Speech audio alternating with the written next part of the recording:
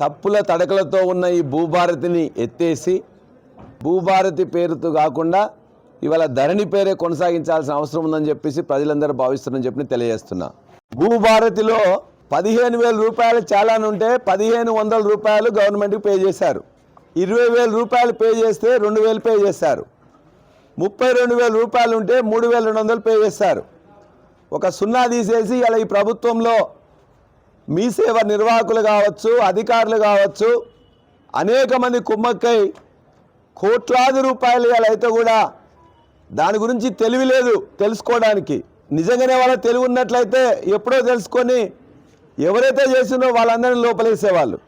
ఎవరైతే మధ్యవర్తులు ఇబ్బంది ఎవరైతే చేసిండ్రో ఈ అక్రమాలు చేసిండ్రో వాళ్ళను పట్టుకోండి, చేతనైతే వాళ్ళ దగ్గర వసూలు చేయండి. వాళ్ళకు అనుకూలించిన మీ రెవెన్యూ డిపార్ట్మెంట్లో ఉండే అధికారుల అక్రమార్కులను గుర్తించండి. ఇటువంటి జరగకుండా ఆ భూహారతిలాగా మారిందో ఆ భూభారతిలో మార్పులు తీసుకురండి. మంచిగా ఉన్న ధరణిని మళ్ళా తీసుకురావాలని చెప్పేసి నేను మీ ద్వారా డిమాండ్ చేస్తూ